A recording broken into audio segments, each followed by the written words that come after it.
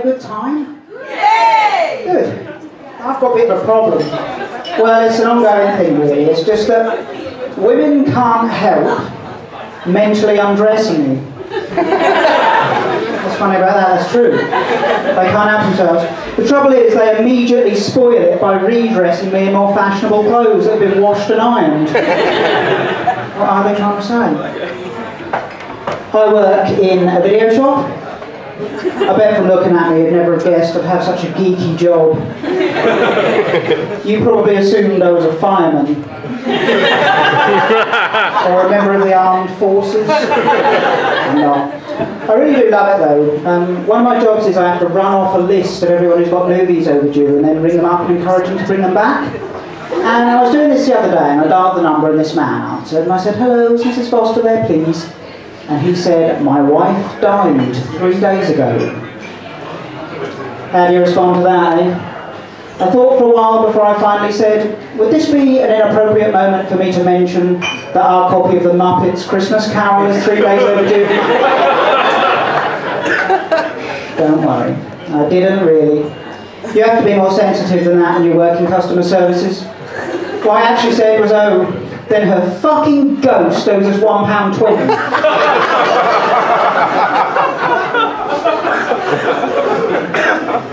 A few weeks ago, my housemate signed up to an internet dating site. And by the end of the following day, he'd met a girl and had sex with her. That is so shallow, isn't it? I couldn't help feeling slightly disappointed in him when I heard he behaved like that. Anyway, I put my details on there. And I did meet a very nice girl. We went out and had a few drinks and saw a movie.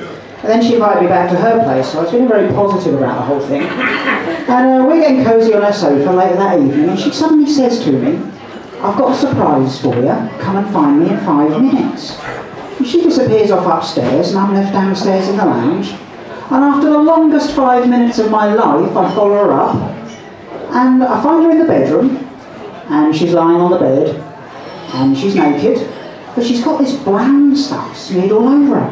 And I said, "What on earth are you doing?" And she said, "It's special body chocolate that you lick off." And I looked at her and I thought, well, I can see why that's going to be necessary. Because obviously I'm not going to want to put my mouth, knee or breasts under any other circumstances. I'll need confectionery as an incentive.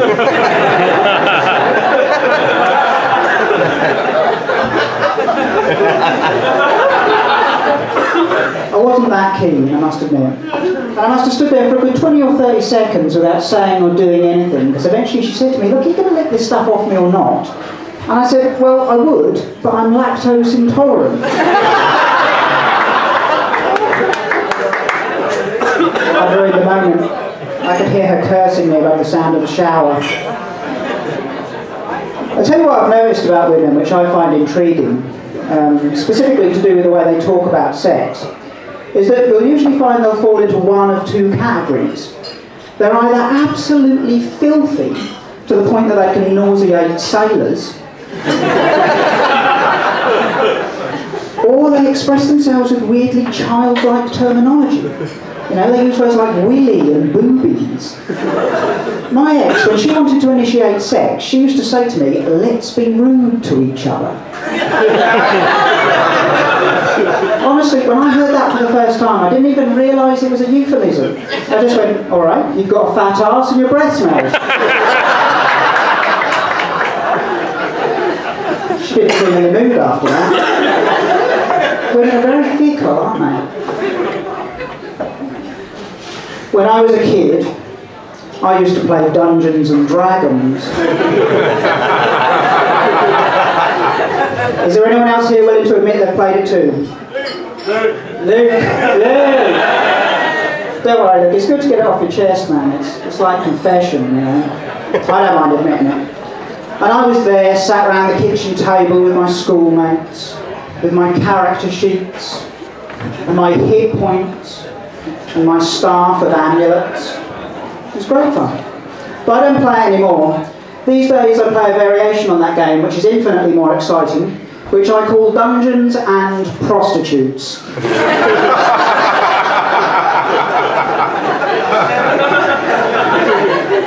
What what you do is you roll a 20-sided dice, and if you get a 1, you fucking know about it. I really know how to make a good impression, don't I? Does anyone here ever watch Dragon's Den? Is anyone into that? Yeah. It's a really entertaining programme. I do enjoy it. But I must admit that I find the attitudes of the dragons themselves to be incredibly aggravating at times. I mean, you only need to look at the way they present themselves for a start. In that little opening montage, they'll either be tearing around in an open-top sports car or standing there with a mobile pressed to their ear trying to look busy and important. But for me it gets even worse when they actually start hearing the pitches, because what you need to bear in mind is that these people are already loaded. They really don't need the money that these businesses are likely to generate. It's just a game to them. But still they never miss an opportunity to squeeze the entrepreneurs for a little bit more. They always want more. I tell you, we are this close to seeing Duncan Bannatyne sit back in his chair and say, I'm going to give you the 80,000, but for 50% of the company I want you to take off your clothes. Although obviously in a Scottish accent. Have you noticed as well that sometimes when they're talking to the entrepreneurs, they'll actually be handling a wad of cash? I mean, literally fingering the money. They might as well go, do you want it? Do you want it? Seriously, take it, seriously. Like they're teasing a hungry dog with a tip in. It's disgraceful.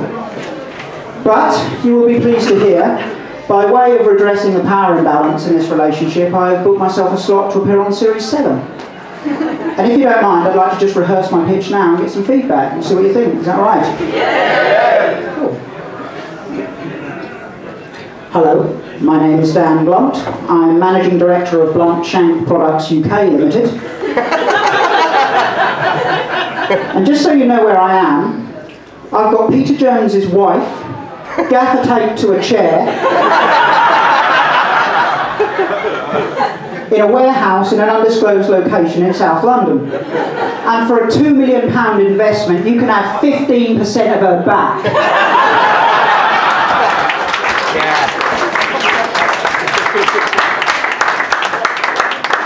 Oh, all right, 20. But I'm dumping the rest in the river. That was a bit mean, wasn't it? Still. I'm going to go now, but before I do, I just want to say it's really nice to be here in Hove at such a nice venue doing a show. I live just down the road in Brighton, and one of the reasons I moved down here in the first place is that Brighton is associated with a movie which I think will always occupy a very special place in the heart of any film geek with a death wish. Can anybody guess what I might be referring to? Quadrophenia, yeah. I love that film. And when I first moved down here, what I really wanted was to find the alley where Phil Daniels and Leslie Ash have sex. And I had no idea where to look for it. And eventually it was a taxi driver who gave me directions so I could track it down. And I'll never forget it, because when he dropped me off that evening, he said to me, "You'll have to go down there one night with your girlfriend and recreate the scene." Now, I thought this was an absolutely brilliant idea, but there was a problem because I'm single. So, as a homage to the movie, I went down there and cracked one off instead.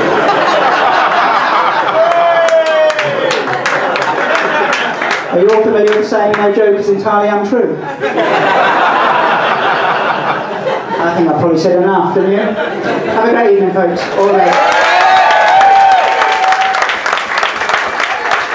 Dan Blunt, everybody! Fantastic. You'll have realised by now that we've set the